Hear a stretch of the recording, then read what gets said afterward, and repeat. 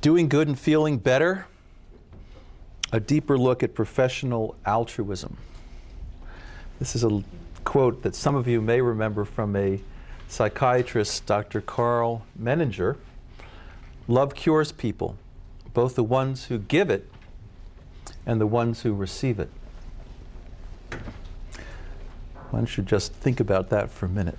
The ones who give it, not just the ones who receive it, would be another way of putting it. Last week I happened to be in Boston visiting Mass General Hospital. I couldn't resist writing down in my calendar book 3 statements ensconced in the stone wall at the entrance. When in distress, every man becomes our neighbor. And then the famous one, the one I think probably more of you have heard of, from Dr. Francis Peabody. For the secret of the care of the patient is in caring for the patient. Another one, charity is the broad spiritual sense, the desire to relieve suffering, typo there, is the most precious possession of medicine. Well, I want to lay out some ideas about the new research unfolding on the connection between doing unto others and living a happier, healthier, and odds are, although this is a generalization, a longer life. And then we'll move towards some more philosophical statements to try to interpret some of this science. In the healthcare fields, there has been, over the last 20 years, a sense of a crisis. Ed Pellegrino's written on the patient's good, the restoration of beneficence in healthcare. There is a concern that autonomy has become almost tyrannical to the extent that we too easily see patients abandoned in the name of freedom without even a conversation back and forth. There are all sorts of economic pressures which make indeed the abandonment of the patient's good advantageous to the practitioner. Arthur Frank talks about the need to renew the real emotional presence that he associates with generosity. So many times in our medical school, when our students come in the first year and practice interviews, they want to know the medical history, they want to know what compounds the person is on. But in terms of really connecting with them, asking them about their experience of illness, and being able to chime in on an affective level to create a kind of comfort zone for those who perhaps have recently had a severe diagnosis, that's an art that some have argued is being lost.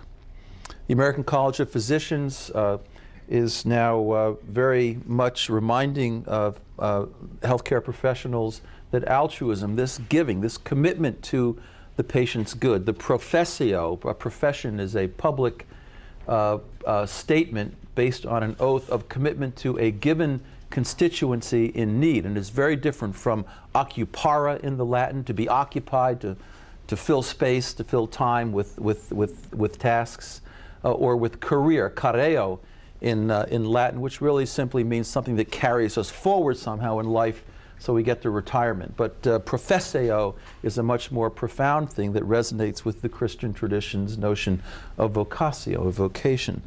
And this inevitably has an other regarding or altruistic component to it.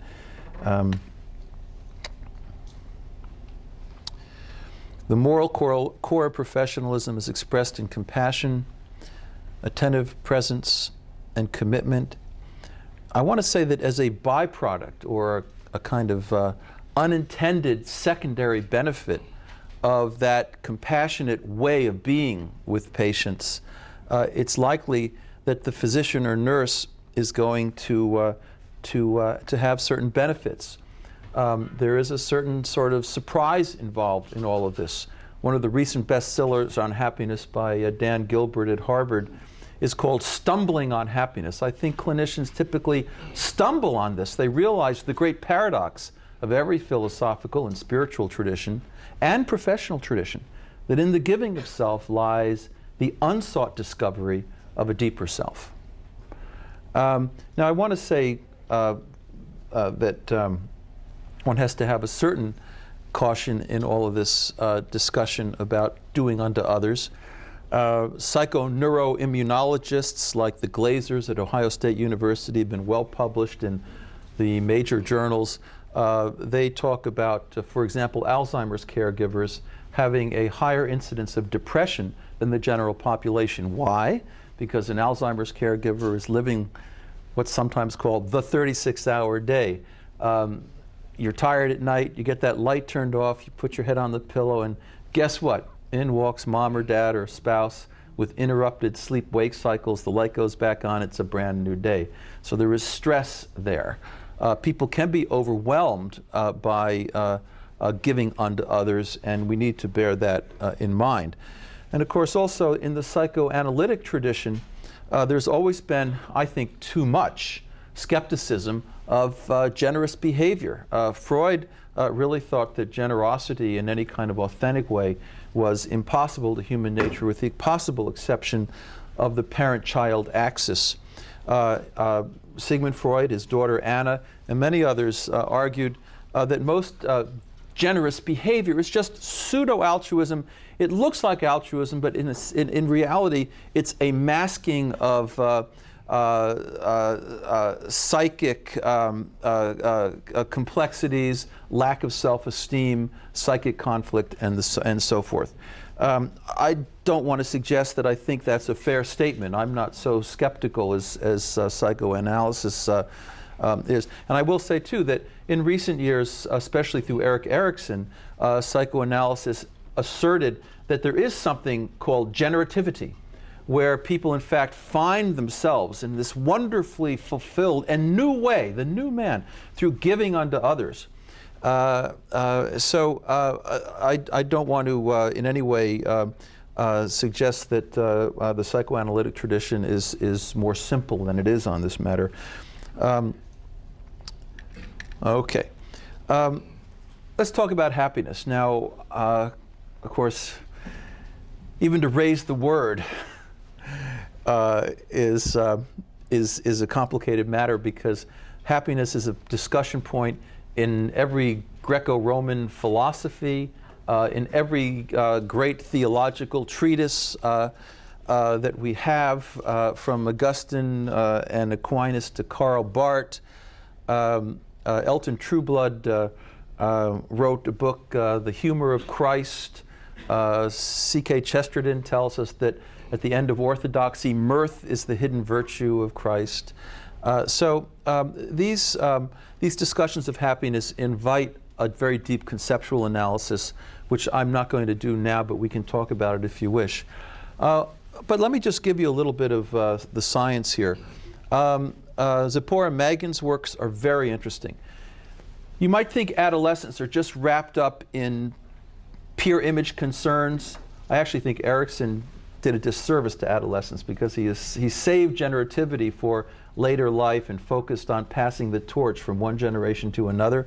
It turns out that the 1/3 of adolescents who identify other regarding purposes, nobility of purpose, I want to use my talents to help humanity, that 1/3 of adolescents shows up 4 times more densely